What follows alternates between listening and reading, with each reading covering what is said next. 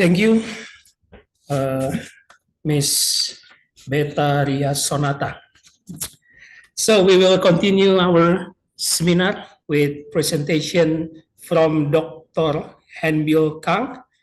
Is already joined with us in this Zoom. Where are you, Dr. Kang? Hello, I'm here. Okay, how are you, Dr. Kang? Thanks for inviting me. Yes, so Dr. Kang will give a presentation on the theme Linguistic Greek Perfect. Before Dr. Hanbyul Kang gives his presentation, I will read his profile. You can see the curriculum vitae from Dr. Hanbyul Kang. Dr. Kang completed his PhD from Southern Baptist Theological Seminary. Yeah, from Southern Baptist Theological Seminary with dissertation, Three Nuance of the Perfect Indicative in the Greek New Testament. Dr. Kang is now working as adjunct professor in Baekseok University and senior research fellow in Daily Dose of Greek. I often watch Daily Dose of Greek, Dr. Kang. Okay. I love Professor Rod Plummer, right? Yes. Yes, Rod Plummer, yes. Dr. Kang has a publication with the title Three Nuance of the Perfect Indicative in the Greek New Testament. So that's a little background education from Dr. Hanbyul Kang. So Dr. Kang, you will present your paper or your presentation for 35 minutes. Okay. And we will continue about 20 minutes discussion, Q&A session. And I will ask permission to interrupt you if the time is up. Okay. Okay. Thank you very much. Okay, Dr. Kang, the time is yours. Okay. Thank you for inviting me, and it's a great honor to present my paper in front of the Indonesian brothers and sisters in Christ. I presented my handout already. Did you guys receive the handout? Just in case you don't, let me share the handout in the chat room. Okay, and I'm going to share the screen first. I'm going to present the three nuances of the perfect indicative in the Greek New Testament. This is the title of my dissertation I wrote in 2020. And my supervisor was Dr. Plummer, who is a host of Daily Dose of Greek. And the reason why I chose this topic in my dissertation, I was fascinated with the English perfect tense when I learned English, because in Korean language, we don't have perfect tense. So it was fascinating, and that interest led me to write the Greek perfect as well in my dissertation. So traditionally, grammarians have understood Greek perfect like English perfect, that is an ongoing state out of the completed event. However, the problem is in Greek, we have oida and gegraptai. Oida is a perfect, but it means I know, occurring 210 times, and gegraptai means it has been written, it is written. It's perfect, but gegraptai is used often when the authors of the New Testament quote the Old Testament passage. They don't really say it has been written from the past and it's ongoing. They just mean it is written in the scripture. So traditional scholars view them as exceptional. However, 210 times of oida and 65 cases of gegraptai out of 839, the whole Greek perfect indicative form in the New Testament, almost 1/3, are not exceptional. So that's why one of the scholars, Stanley Porter, argues that the perfect tense is stative and based on such examples above. And I also introduced other scholars too in footnote 2. Linguistic feigning argues that the perfect tense is first stative Aktionsart. Aktionsart is the kind of action, and second, interior tense and summary viewpoint aspect. His view is complex, and also Constant Campbell argues that the perfect tense is imperfective, but those are do not explain fully the perfect in many cases in New Testament. So there have been difficulties and debates about perfect. So among these cacophony, Rutger Allen, who wrote his dissertation about Greek middle voice in 2002, argues 3 stages of the perfect in a book, Greek Verb Revisited, published in 2016 in his article. Other scholars, such as Haspelmath and Hogue, had already argued that the 3 stages of the Greek perfect. So these are the 3 stages of the perfect. First stage is resultative stative, and second stage is interior or current relevance, like English perfect. So Greek has evolved like that. And final stage is Greek perfect is used as a simple past. So this is the 3 stages of the Greek perfect. So the first stage is resultative stative. Resultative stative is Greek perfect is intrinsically, originally resultative, but it comes to stative. So on archaic perfect form, oida is resultative stative. Apologies, Dr. Kang. Can you raise your volume? Okay. Ah, Can you hear me? yes, that's good, Dr. Kang. Thank you. Thank you. Oh, Please so far continue. it was difficult to hear. Yes. Okay. It's okay. It's okay, Dr. Kang. Please Yeah, I'm sorry. continue. Okay, I'm sorry about the volume. So three stages of the perfect is this: first stages and second stages and third stages. And the first stage is resultative stative, and the archaic form oida is resultative stative, meaning I know. The root is uoid, and the uoid comes from uaid, the root, meaning I am in the state of having seen, having found. So the root uaid appears in the aorist form aidan, I saw. So the oida, the meaning I know comes from I am in the state of having seen, having found. So these two are very close. So this is the first stage of the perfect. The oida is very archaic form and it's ancient form, and it survived up to Koine Greek era. And in ancient Greek, the perfect was like middle voice. Another characteristic is having a subject affectiveness like middle voice. For example, a perfect form olola means I have perished. I am in the state of being perished. That was the meaning of the perfect in ancient Greek or in Homer. So these archaic perfect forms survived through classical period up to Koine Greek, such as oida. And many of them also perished too. So oida is one of the archaic form survived through the classical Greek and appeared in the Greek New Testament.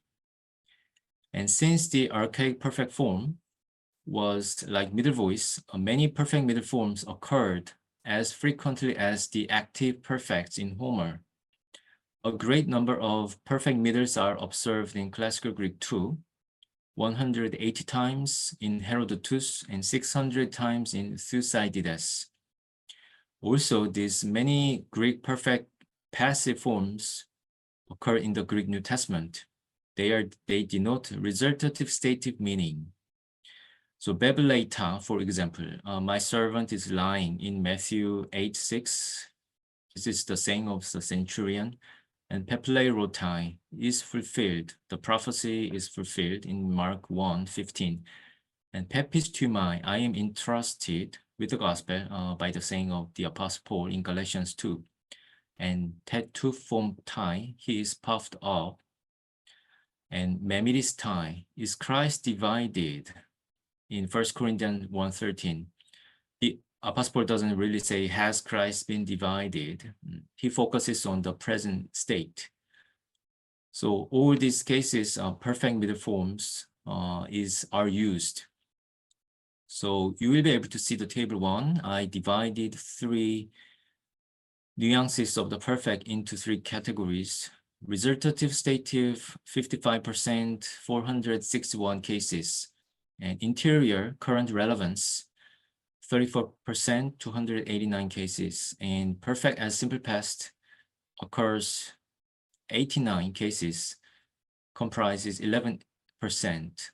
So the whole number of the perfect indicative forms occur 839 cases in the Greek New Testament.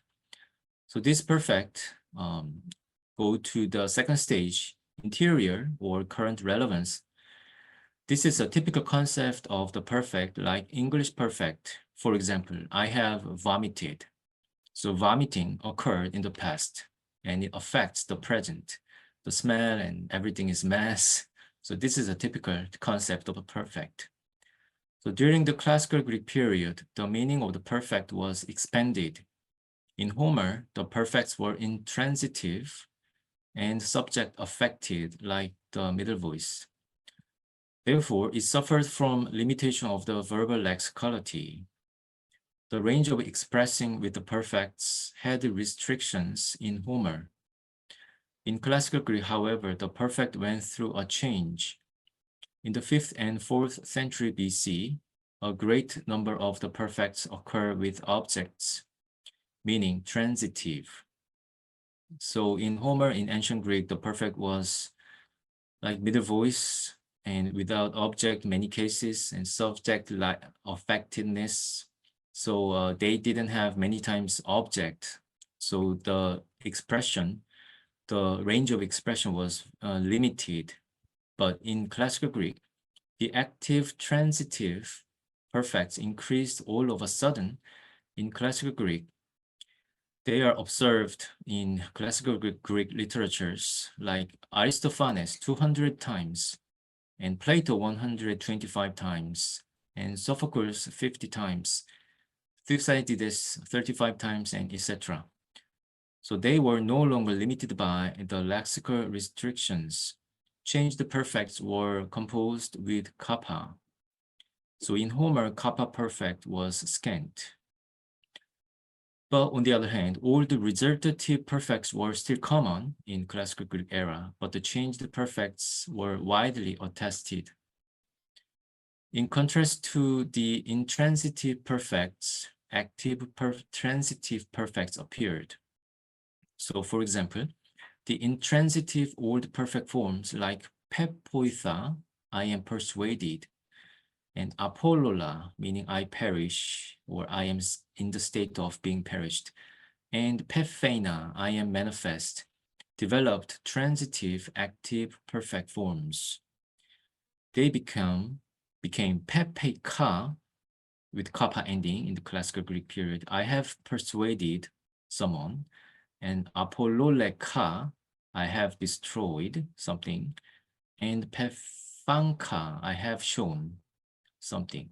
So the later forms have kappa forms, and the old forms with non-kappa form with tha, pepoitha, apollola, pephena. So these are old forms of the perfect. So these are the change in the classical Greek period.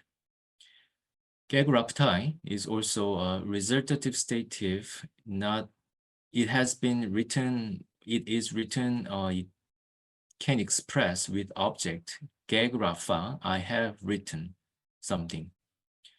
So in New Testament, in Revelation 2, we have this perfect, kekopiakes, you have not become weary. In Revelation 2, this is the saying of the risen Lord to the church of Ephesus. The risen Lord first praised their effort, and they have not become weary from the past and still ongoing.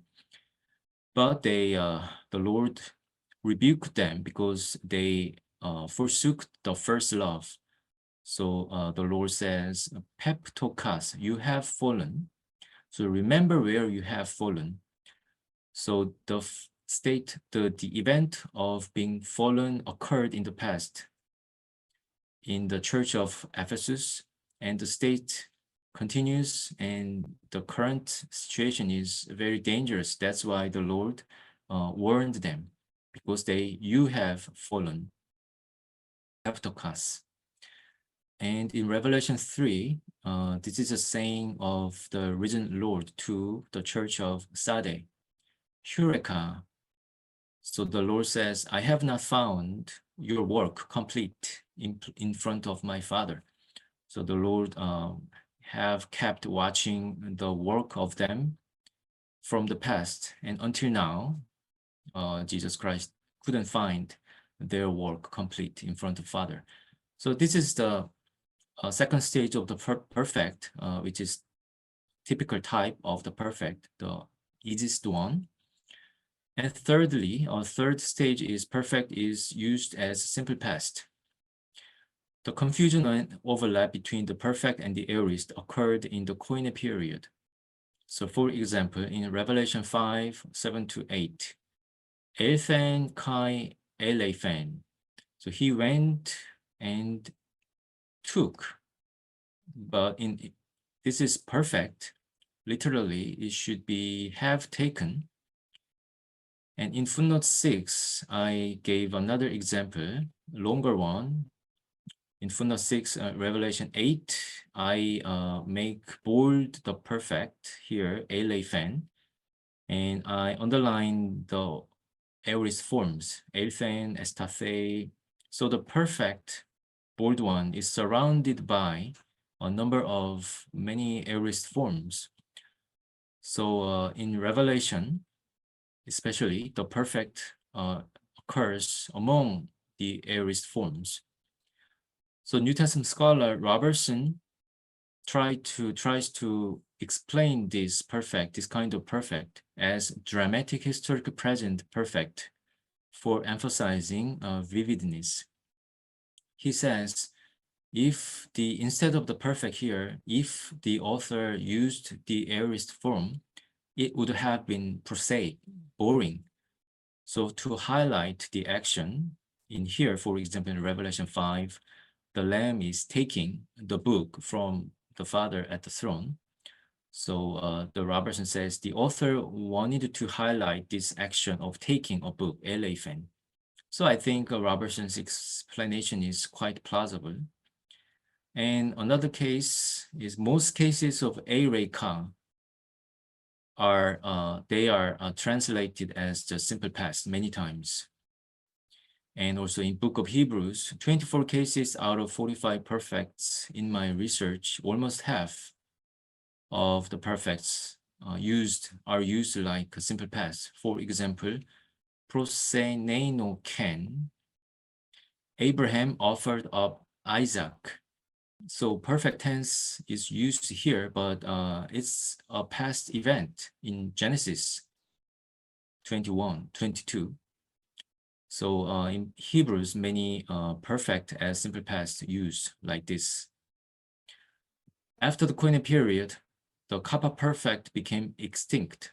In Byzantine and medieval period, 314-50 AD, the Kappa perfect no longer occurs.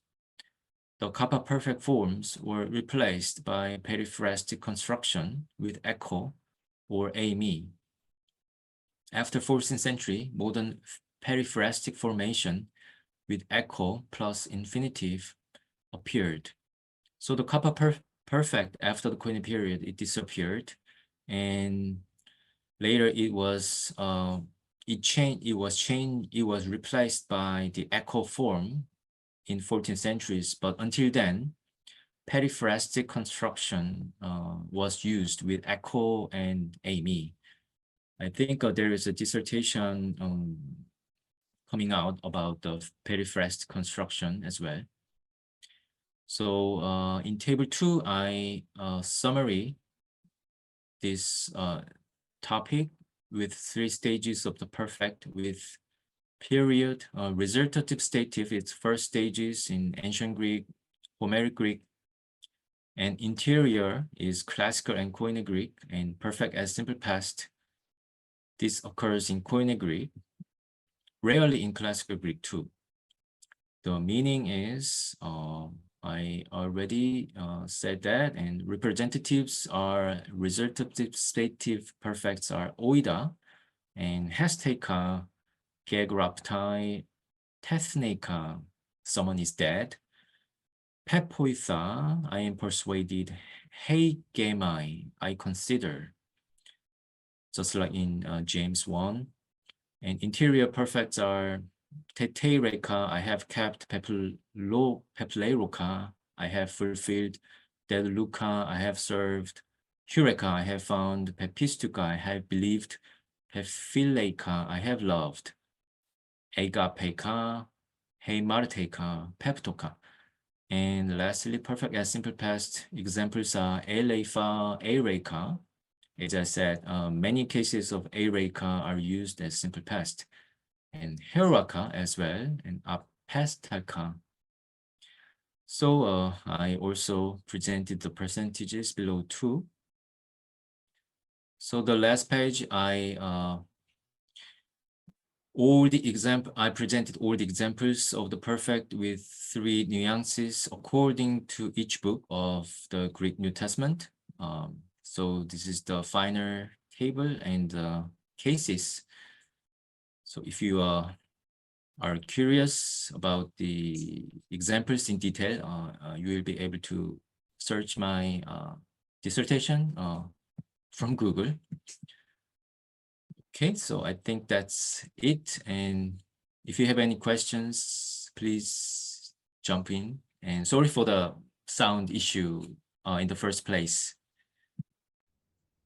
Thank you, Dr. Kang, for your presentation. Now we begin the Q&A session, but I don't look a question in the chat room, so maybe you can raise your hand, jump in and ask a question to Dr. Kang. Anyone here studied theology must be familiar with the Greek study in the class. So maybe you can ask something about our theme, 3 in 1 of the perfect indicative in the Greek New Testament. Anyone? I think it's very difficult, Dr. Kang. I'm sorry. Okay, there is one, Mr. Genry, please. Okay, thank you so much, Dr. Kang, for your presentation. It's a really nice presentation. That's very linguistic, actually, what you presented, even though the linguistic part that you presented is more to the morphological meaning of the verbs. But I would like to. I'm not an expert in Greek, rather in the Semitic languages, but because Greek is also the first translation of the Hebrew Bible and the language of the New Testament, it is really important that we know some Greek. But my question is regarding the phonetics of Koine Greek or Kini Greek which is used in the New Testament and also used in the Septuagint.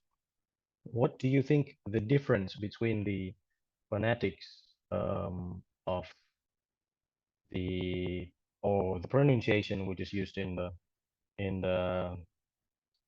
ancient Greek compared to the Koine Greek or the Kini Greek? Because there are many reconstructive languages or reconstructive attempted reconstructive Koine Greek of the New Testament or the Septuagint that are actually not really in line with the pronunciation or the phonetics used in the ancient time, like in Homer or in other ancient Greek works, like the philosophical works. Do you think this pronunciation would affect the meaning of the or the changes of the morphological use? And is there any also semantic value that also changed because of this, phonetic change, or do you even see there is no phonetic change between the Koine and the ancient Greek? Thank you. Okay, the phonetics or pronunciation. I think I haven't thought about that question. I think it's a really great question. I think right now when you learn Greek, the way you pronunciate the Greek right now is Erasmus pronunciation, and Erasmus, as I know, as I see, Erasmus rediscover or reformed the pronunciation of the Koine Greek. He tried to do that, but in fact he did like classical Greek pronunciation, because in Koine Greek already the pronunciation is very like flattened. Like epsilon was already pronounced like E, like iota. So even though Erasmus tried to pronounce the Koine Greek, in fact, right now the current pronunciation is classical Greek pronunciation.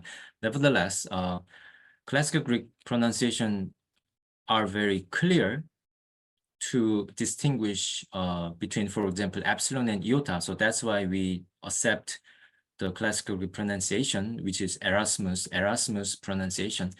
But I'm not sure the pronunciation, how pronunciation affect the semantic issue. I haven't thought about that, honestly, and in fact, I'm not really familiar with the pronunciation change. My study was semantic change of the perfect, but so maybe that's a great question, but I don't know. And so that's all I know about the pronunciation. Yeah. But Thank you so much. it's really intriguing question. Yeah, stimulating question. Okay. Thank you, Dr. Jendri, for the question, and thank you, Dr. Kang, for the answer. So there is one question in the chat room from Mr. Abednego. I want to understanding what Christian value from Dr. Kang research. Okay, what's the value? What the Yeah, value? yeah. The difficulty when you learn Greek perfect first, you have no choice but to understand the perfect as English perfect. I don't know whether Indonesian language has a concept of English perfect. We don't have in Korean. We don't have the grammatical category of the perfect, English perfect, from the past and ongoing state. We just explain the situation. So we have no choice but to understand the Greek perfect according to English perfect. But as I said, with that view, the problems occur when we encounter oida. It's a perfect, but its meaning I know, present state, and its occurrence is almost a quarter of the perfect tense. Also, gegraptai, it literally it has been written from the past, its ongoing state right now. But when the authors of the New Testament quote the Old Testament passages, they don't really mean it has been written. They just say it is written in the Old Testament. So the prophecy has been fulfilled. So those tough cases occur many times beside oida and gegraptai. And middle passive forms also, they also denote resultative stative meaning, many stative meaning.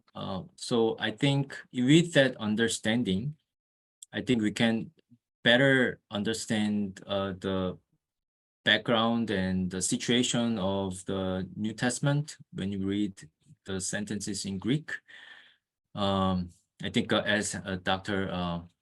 Mandy said, reading the Bible in original language is very important and it's crucial. And the third stage as well too, some perfects behave like the aorist, and that's a very tough issue for scholars to solve.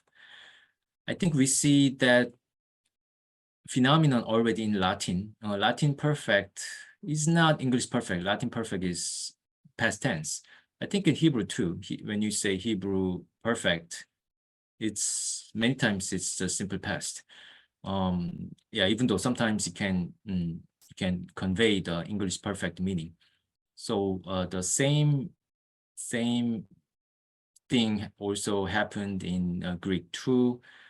So that's the value I can say. And so maybe I also have no choice but to emphasize reading the Bible in original language if you would, if it's possible. Then you will be able to feel the vividness of the nuance, vividness of God's word and the sentences as well. That's the value I can say. Okay, thank you, Dr. Kang. Thank you, Mr. Abednego, for your question. So we can find the real meaning in original language. That's the value. Okay, so the next question, Mr. Helmut raise hand, so you can directly ask to Dr. Kang. Okay, thank you, Dr. Kang. I just curious. I want to ask, what is actually the essence of using the perfect tense in the New Testament? Because like the term already but not yet makes difficult for many people to understand what the meaning of the new what's the message is what's the message the apostle write this letter and send to people, and it makes clear why the Greek people calling those who believe in the Bible fools, because believe in such thing that it's like it's already but not yet. It's really confused. Why those people believe in that such of like a false things. Yeah, I just curious. I just want to ask you. So the essence of the perfect tense when they use perfect, I think, for example, I can say when Jesus Christ told his disciples, like, you have believed, meaning from the start of his ministry, the disciples believed in the past, and their believing continues up to that point. In that case, the perfect tense is used. And as you ask the essence of the perfect tense,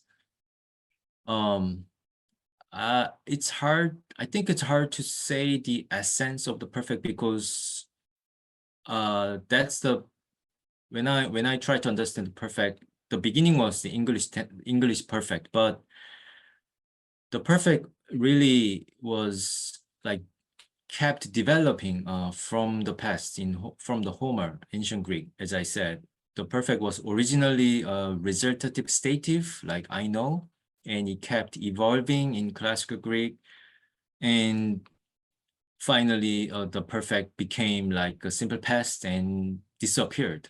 So the whole process over 1,000 years, that's the whole process of the Greek perfect related to the Greek New Testament.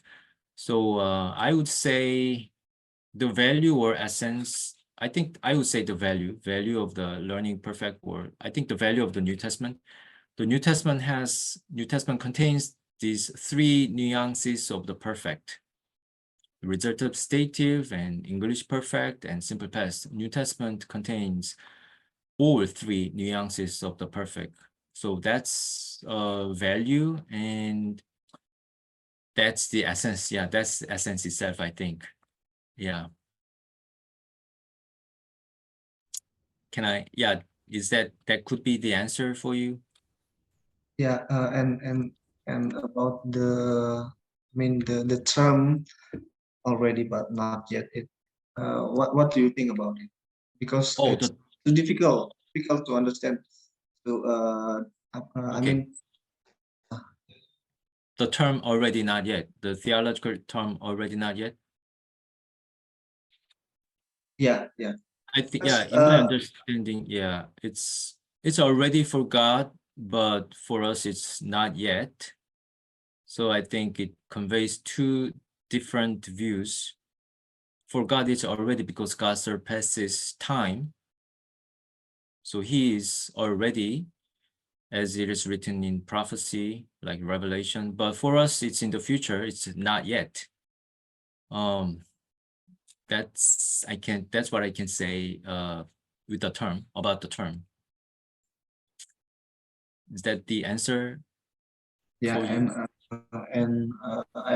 I think because so many people don't believe in the Bible, because the message is someone died for us, and then we believe in him, we got the salvation, and but some people in current days, uh, as me, I can say, why do I believe, why do I believe that whole thing? Because this is my life, then somebody care of my life. I mean, about salvation, if if I driving a car, and then uh, it's nonsense that the others have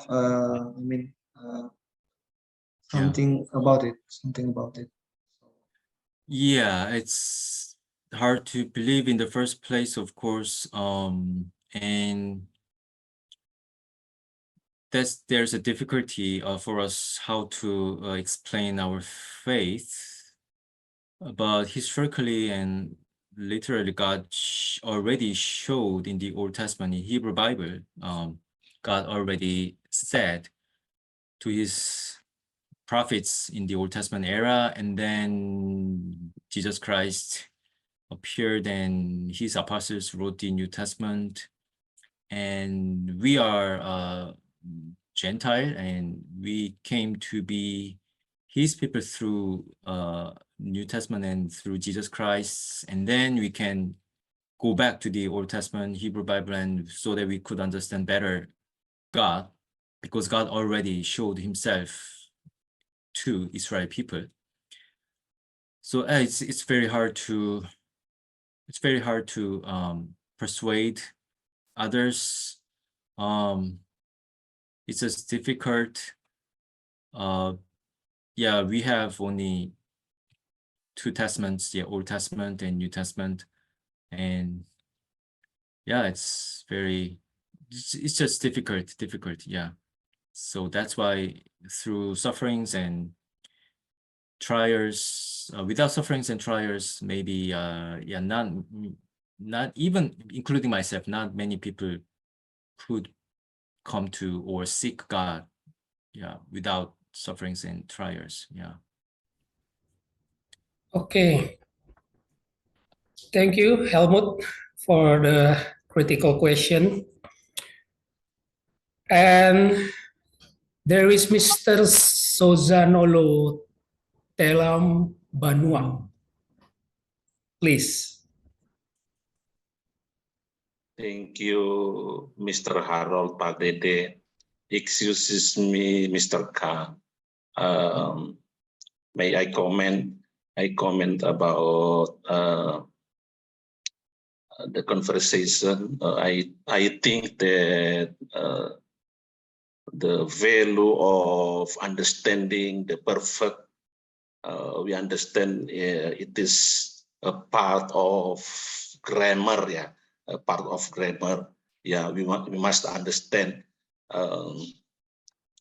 so that we can understand the Bible. We must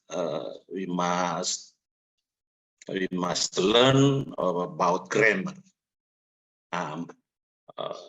My question actually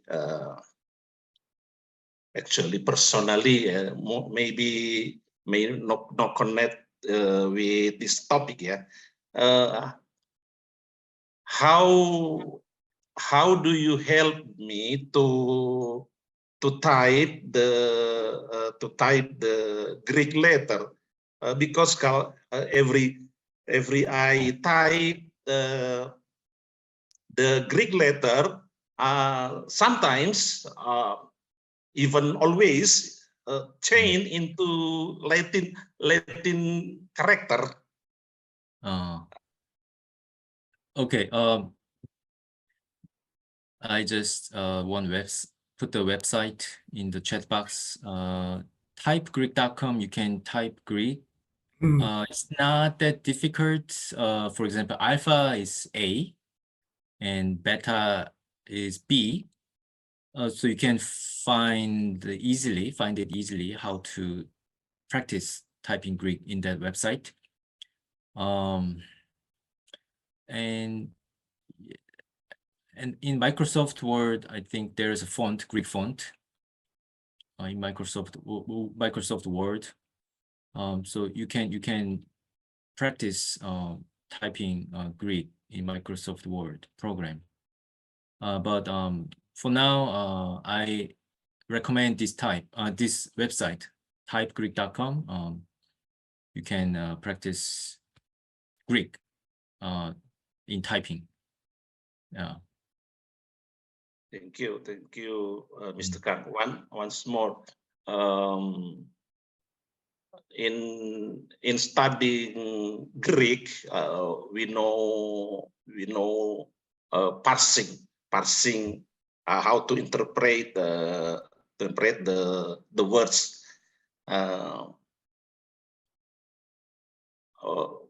According to Mr. Kang, what is the system for parsing?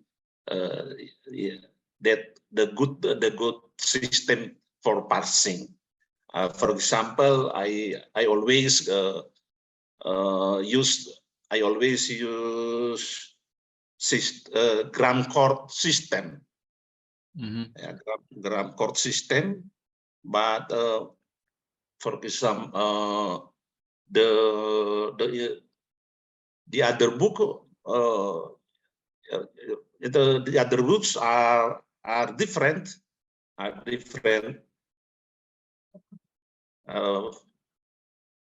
For example, green. The other grammar use the other system, but I use the gram chord system, so that it is easy for me. I use the system that the book of there is the good book that published in Indonesia, that use grammar core 2. So I use grammar core 2. For example, the book or the book who ordered Hasan Sutanto. He used the grammar core. Is there or are there the other system for parsing? Yeah. System or or parsing. Bible software program. I use Accordance Bible software and BibleWorks too. I don't use Gram Chord. But when I try to parse some words, I refer to Accordance Bible software and the BibleWorks. And I try to before singing them, I try to parsing myself in order to practice. And in fact, when I learned Greek, but the professors prohibited us to use Bible software program.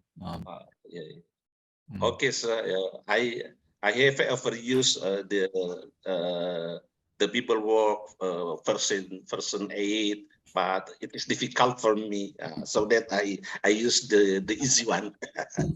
Thank you, sir. Thank you. Thank you, Mr. Suzanolu. Yes. Maybe this is the last question, Dr. Kang, from Mr. Timotheus Linkubi in the chat room. In the context of outreach or mission ministry, what is the solution for Bible translators to translate Greek perfect tense word to a local tribe or nation that doesn't have such concept in their language? Such example is South Korea, without reducing the richness of the word's meaning. In South Korea is one of the examples. Of course, South Korea was mission field 100 years ago. And we have a similar issue for Christians missionaries when they try to evangelize people outside world. In fact,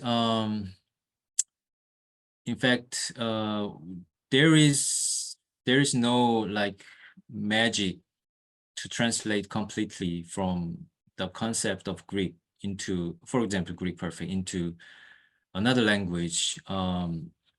However, the grammar is very small one. When I read Bible in Korean language without knowing the complex Greek perfect concept, I could understand the Bible as a whole, on the whole. So it's very difficult. Very difficult because there should reduce the richness of the word's meaning when they translate. So that's why we have to emphasize reading original languages, but it's difficult too. It's hard too. But nevertheless, without knowing the languages deeply, we still can read the Bible in our languages, and we can understand most of passages. I believe that. But for pastors and students, I think we should learn and know the Greek and Hebrew. Okay, thank you, Dr. Kang. Maybe one last question, Dr. Kang. There is a question from Intan. Greek is used all over the world in various fields such as medicine, history, mathematics, physics, geography, poetry, theater, literature, and philosophy.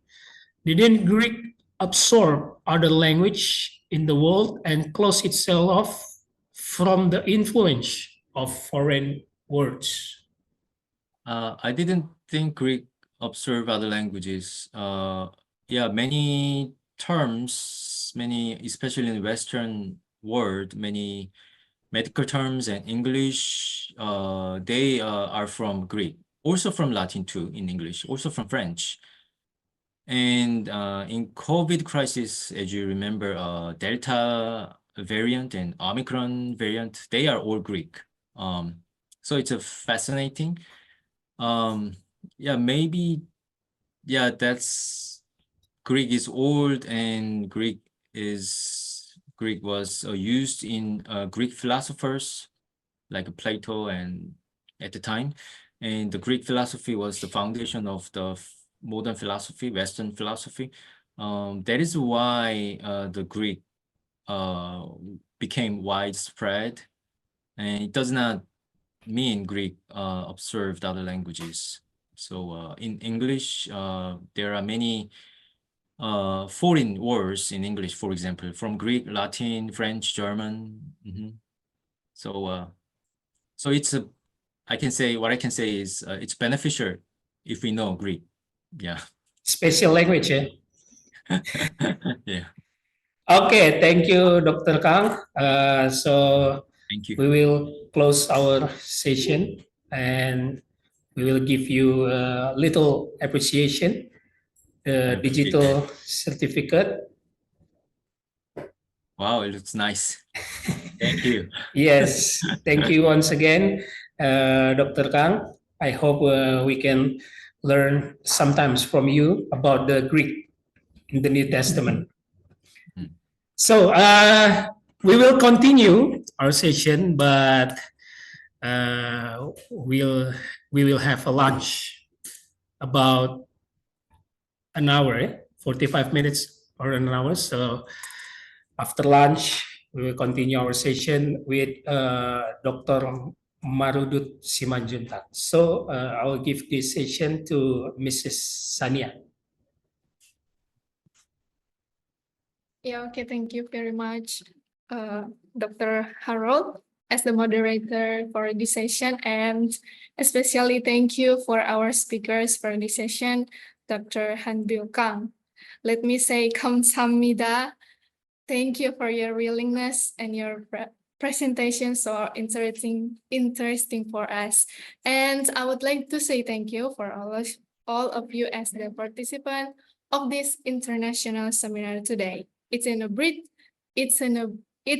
a great discussion for all of you, and so thank you very much. And now we will move to the break session, and we would like to invite you to join us for the next session or the fourth session, which will be held on 1 p.m. or 13 hours. And for your information, don't forget to fill out the attendance list on the Google Form link that already shared on the chat box.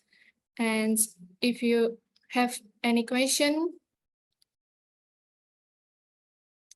okay, I think this information is clear. So see you to the next session. So thank you very much. God bless you all.